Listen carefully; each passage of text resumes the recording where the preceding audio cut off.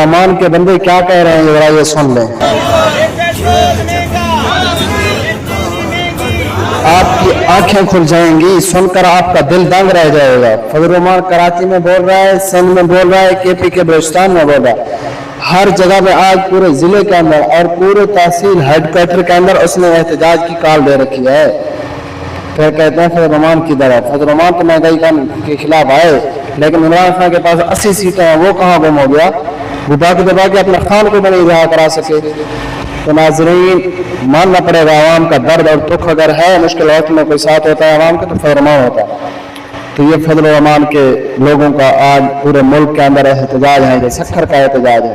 سکھر میں مولانا کے جیارے ہزاروں کی تعداد میں اکٹھے ہو گئے، نعرے بازیاں لگائے حکومت کے خلاف. سنیں کیا کہہ رہے ہیں کہ ہمیں معاف کر دو، فراہم 17 کی حکومت گھر جائے، بس اس کی چھٹی کرا دینی چاہیے، مہنگائی کو کم کریں، یہ نعرے لگا رہے ہیں.